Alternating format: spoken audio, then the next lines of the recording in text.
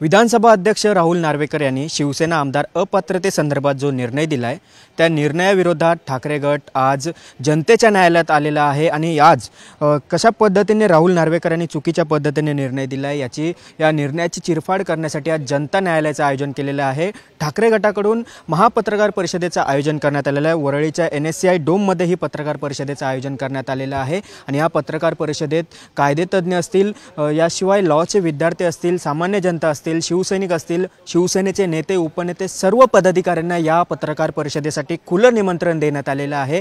आणि या पत्रकार परिषदेत कशा पद्धतीने पक्षप्रमुख म्हणून उद्धव ठाकरे यांची नियुक्ती झाली त्याबाबतचे कागदपत्र असतील हे सगळं आजच्या या पत्रकार परिषदेत दाखवलं जाणार आहे आणि त्यासाठीची जय्यत तयारी ही या ठिकाणी वरळीच्या NSCI डोममध्ये करण्यात आलेली आहे।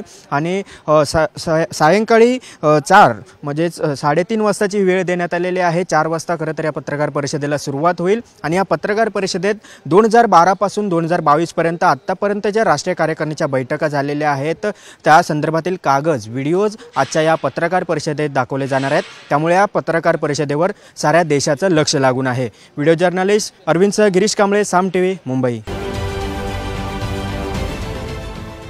देश विदेशातील प्रत्येक घडामोडींचे लाईव्ह अपडेट मिळवण्यासाठी आता साम टीव्हीच्या सर्व सोशल मीडिया प्लॅटफॉर्मला लाईक, फॉलो आणि सबस्क्राइब करा। तसंच सर्व नोटिफिकेशनसाठी बेल आयकॉन प्रेस करायला विसरू नका।